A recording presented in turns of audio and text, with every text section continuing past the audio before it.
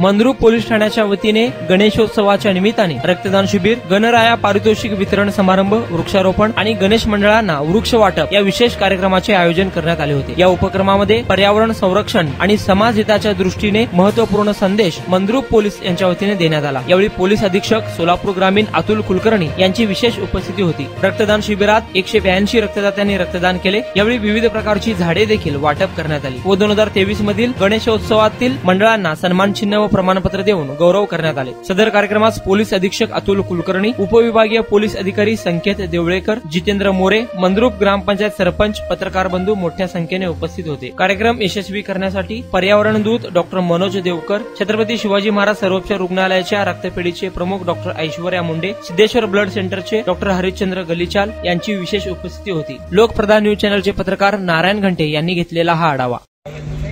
आज उपस्थित सगळं मंचवर आमचं पोलीस स्टेशनचं टीम, सगळं नागरिक, डॉक्टरचं टीम आणि उपस्थित सगळं मंद्रुपचं सगळं नागरिक आणि पत्रकार पण उपस्थित आहे। तर एक तर आमचं मंद्रुप पोलीस स्टेशन आणि SDPO त्यांनी एक आज चांगलं नियोजन केलेले आहे। खास करून आता गणेशोत्सवच्या निमित्ताने इथं रक्तदान शिबिर आणि वृक्षारोपण पण कार्यक्रम ठेवलेले आहे।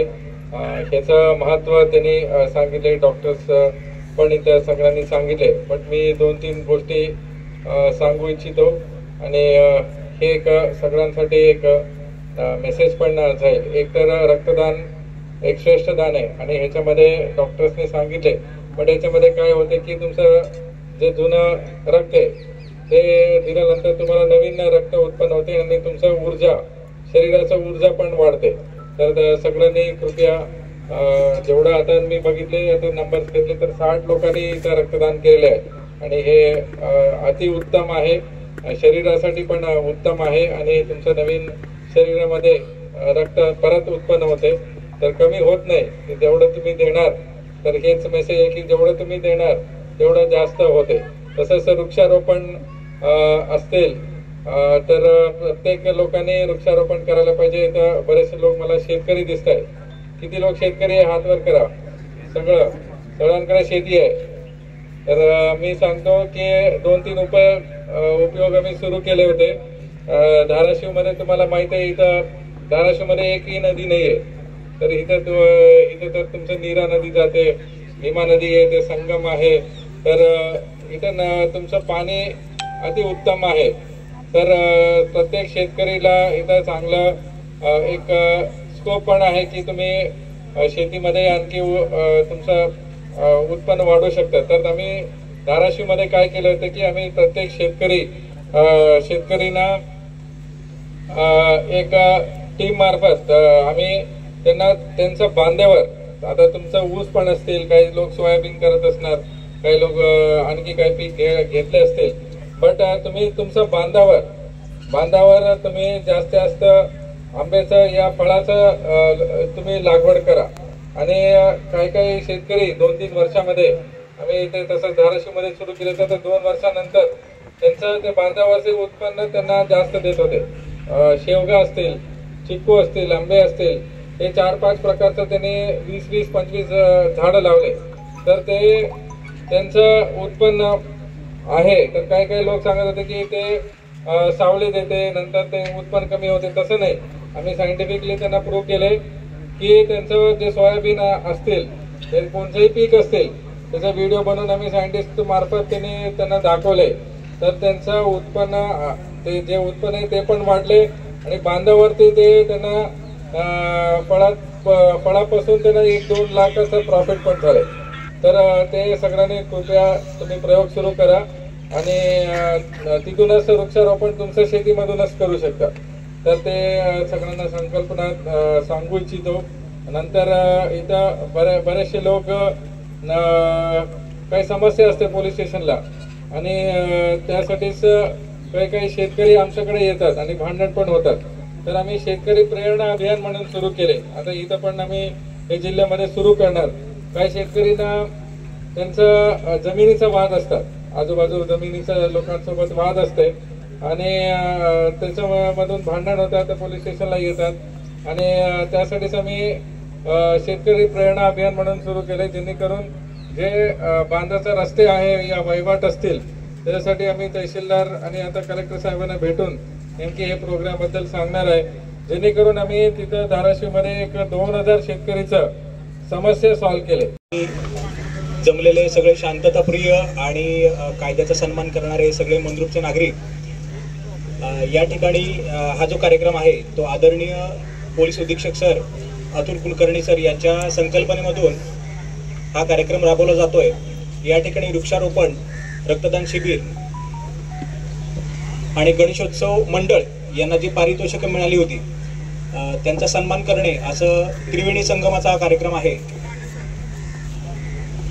या कार्यक्रमाच्या मागे एक पार्श्वभूमी आहे की आदरणीय SP सर यांची जी पॉलिसी आहे की समाज अभिमुख आणि पर्यावरणपूरक अशा पद्धतीने उपक्रम राबवायचे आणि त्या माध्यमातून प्रशासन आणि जनता यांच्यामध्ये जी दरी आहे ती दरी कमी करायची, जनता शासन यांची भागीदारी निर्माण करायची